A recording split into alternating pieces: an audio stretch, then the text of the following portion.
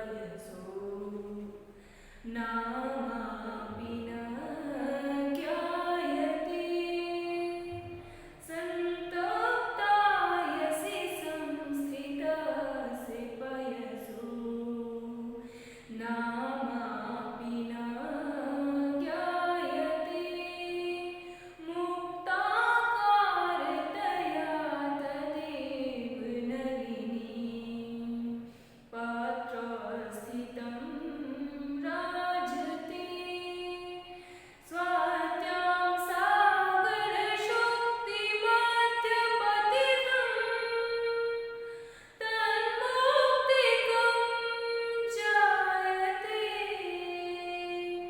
प्रायेणाधममध्यमोत्तमगुणो संसर्गतो जायते प्रायेणाधममध्यमोत्तमगुणो संसर्गतो जायते संसर्गतो जायते।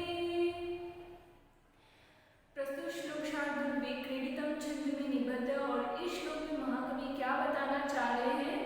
इस श्लोक में महाकवि बताना चाह रहे हैं कि किसी भी मनुष्य अगर उत्तम मध्यम या निम्न श्रेणी का बनता है तो क्यों बनता है? उसकी संगति के साथ, जैसे उसकी संगति होती है वैसे ही गुणों वाला वह बन जाता है, उत्तम गुण वाला, मध्यम श्रेणी के गुणों वाला या निम्न। और इसको किसके माध्यम से समझाया? इसका उदाहरण दिया है जल बिंदु। इसके लिए किसका उदाहरण दिया है? जल बिंदु का उदाहरण दिया है। किस तरह से? संतप्तायसि संस्थितस्य पयसो नामापि न ज्ञायते। पयस जल बिंदु, संतप्तायसि संस्थितस्य पयसः, संतप्तायसि यानी जलते हुए लोहे के ऊपर, संस्थितस्य यानी स्थित होने वाली, पयस यानी जल बिंदु का नामापि न ज्ञायते, नाम भी नहीं ज्ञात होता है। यानी कि अगर लोहा गर्म है उस पर जल डालेंगे तो क्या हो जाता है? जल जाता है वो जल, तो मतलब सेकंड एक क्षण के लिए भी नहीं रुकता, डालते ही क्या होता है? जल जाता है। तो वही बात कहना चाह रहे हैं कि संतप्तायसि यानी आग से जलते हुए संतप्त लोहे पर, संस्थितस्य यानी स्थित या पड़े हुए, पयस यानी जल के बिंदु का नामापि न ज्ञायते, नाम भी नहीं मिलता। नामापि का मतलब यहाँ पे हम निशान भी ले सकते हैं कि निशान भी नहीं मिलता है, क्योंकि डालते हुए क्या होता है? जल जाता है। मुक्ताकारतया तदेव नलिनी पत्रस्थितं राजते, तदेव, तदेव है ना, तदेव वही, वही कौन?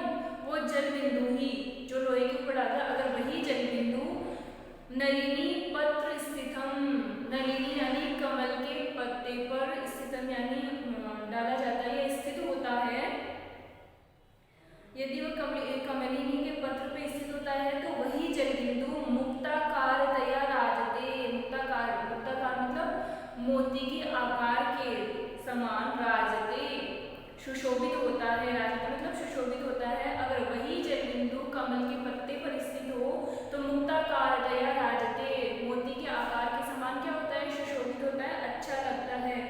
स्वात्यां सागर शुक्ति मध्य पतितम तन्मौक्तिकम जायते, तन्मौक्तिकम, तन यहाँ पर तत् है, तत्मौक्तिकम, तो तत् लेंगे, तत् और वही, वही जल बिंदु स्वात्यां, स्वाति नक्षत्र, नक्षत्र होता है ना स्वाति नक्षत्र, तो स्वाति नक्षत्र के समय में सागर शुक्ति मध्य पतितम, सागर यानी समुद्र में मिलने वाली, शुक्ति यानी जो सीप होती है, मध्य पतितम उसके मध्य, उसके अंदर, पतितम यानी गिर करके, मौक्तिकम जायते, मोती जायते यानी बन जाता है। वही मोती, सबसे पहले तो उस जल बिंदु की क्या कंडीशन बताई कि अगर वो जलते हुए लोहे के ऊपर गिरता है तो कैसा हो जाता है? उसका नाम भी, निशान भी नहीं मिलता, क्योंकि डालना क्या होता है? जल जाता है। और अगर वही जल बिंदु कमल के पत्ते पर स्थित होता है तो कैसा लगता है? वो मोती के समान। हम देखते हैं ना उसकी बूंदे पत्ते पे होती है तो एकदम मोती की तरह दिखाई देती है, तो वही चीज है कि पत्ते पर होने पर वह कैसा दिखता है? मोती के समान दिखता है। और जब वह स्वाति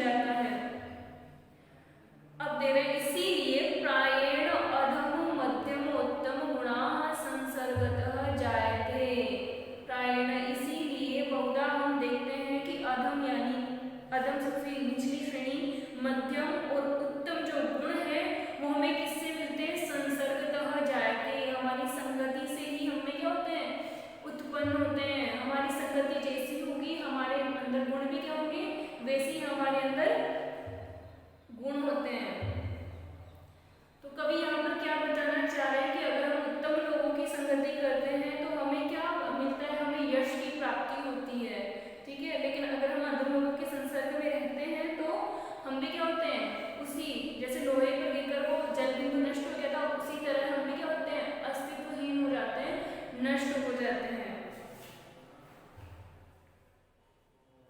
अगला श्लोक है,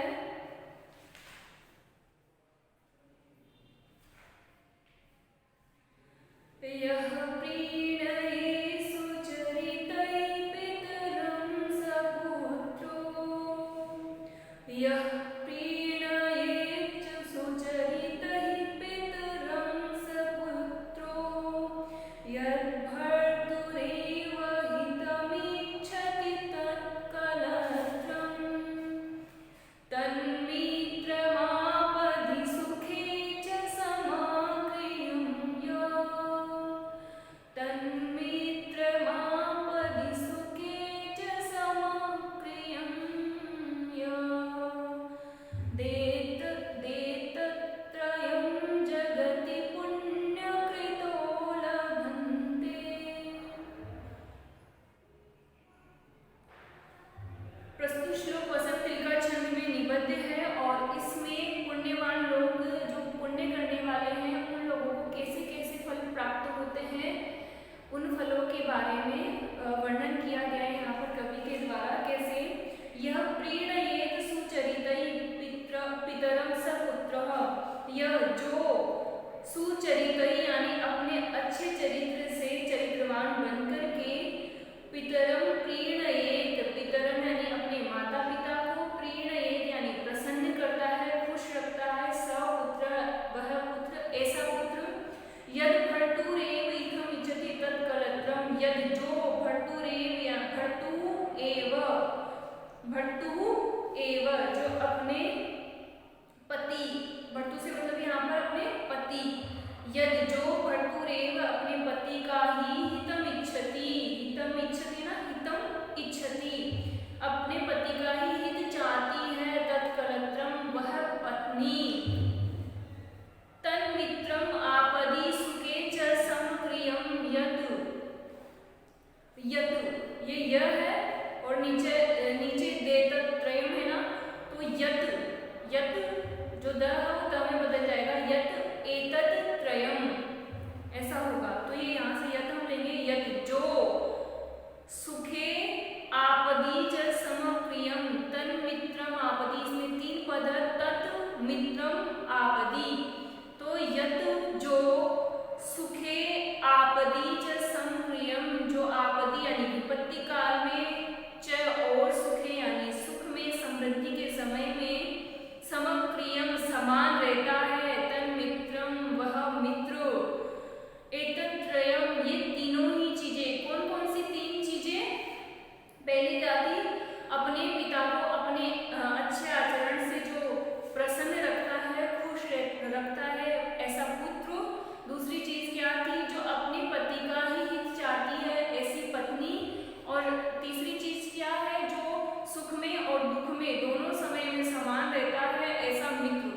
एतत्त्रयम ये तीनों ही चीजें जगति यानी इस संसार में पुण्यकृतः लभन्ते, पुण्यवान लोग, पुण्य करने वाले, अच्छे कर्म करने वाले लोग, लभन्ते यानी प्राप्त करते हैं। तो कवि हमसे क्या कहना चाह रहे हैं वहाँ कवि कि हमें कैसे कर्म करने हैं, पुण्य कर्म करने हैं, अच्छे कर्म ही करने हैं, ताकि ऐसी ही चीजें, अच्छी चीजें हम भी प्राप्त करें, हमारा भी जीवन क्या हो, सुखमय हो। अग्रिम श्लोक है, एको देवः केशवो वा शिवो वा, एकं मित्रं भूपतिर्वा यतिर्वा, एको वासरपत्तने वा बली वा, एका नारी सुंदरी वा दरी वा। वापस धीरे धीरे कहते हैं, एको देवः केशवो वा शिवो वा,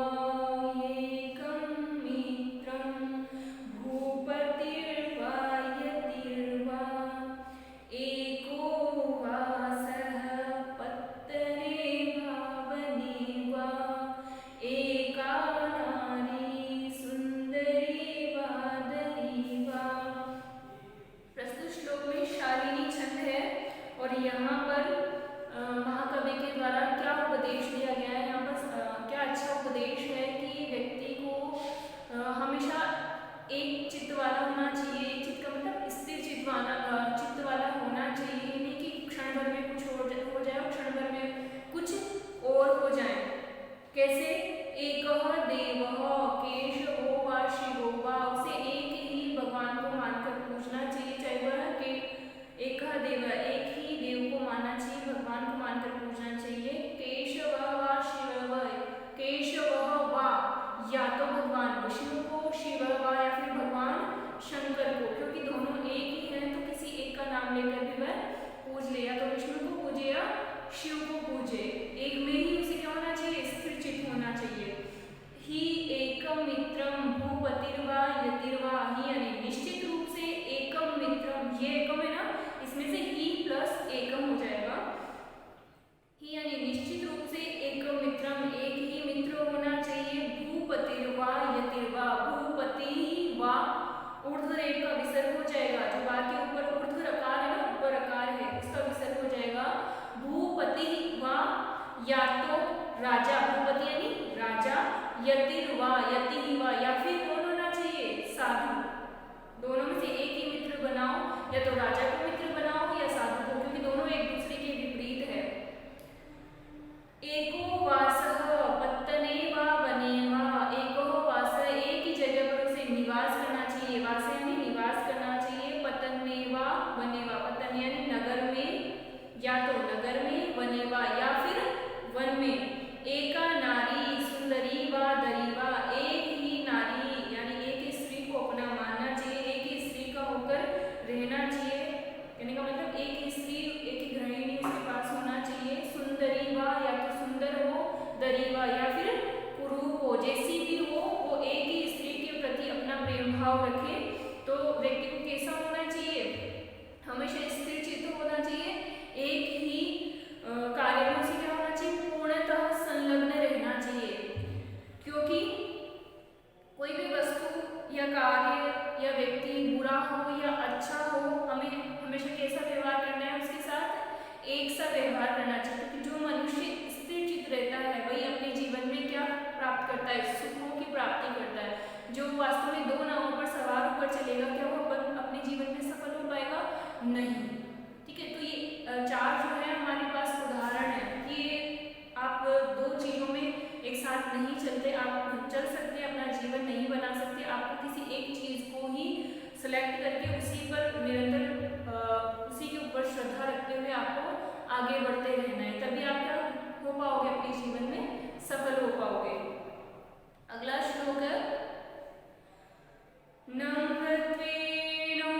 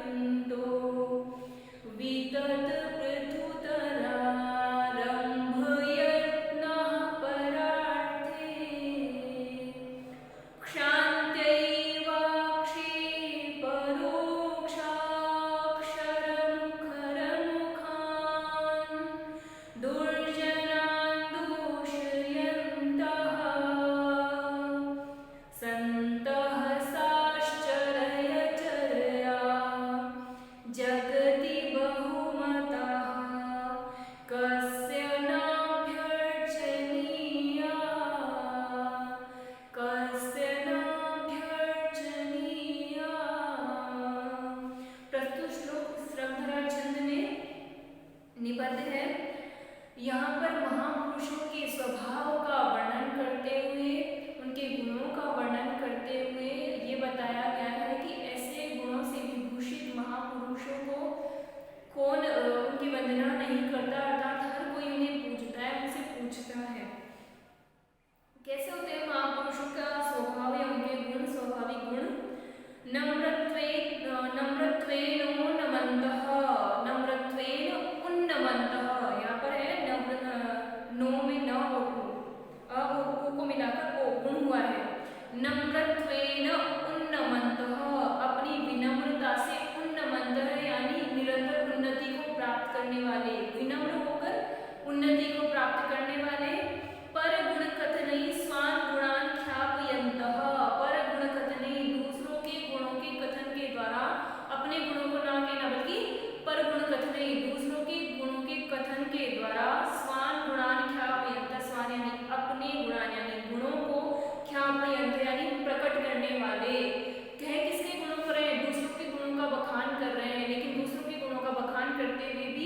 अपने गुणों को प्रकट करने वाले, क्योंकि हर कोई व्यक्ति किसी दूसरे के गुणों को अच्छा नहीं मानता या उसका बखान नहीं करता, नहीं बोलता, बल्कि क्या करते हैं, हर कोई दोष ही निकालता है। लेकिन जो महापुरुष है वो क्या करते हैं, किसी दूसरे के गुण को बताते हैं। तो ये भी तो एक गुण ही है ना।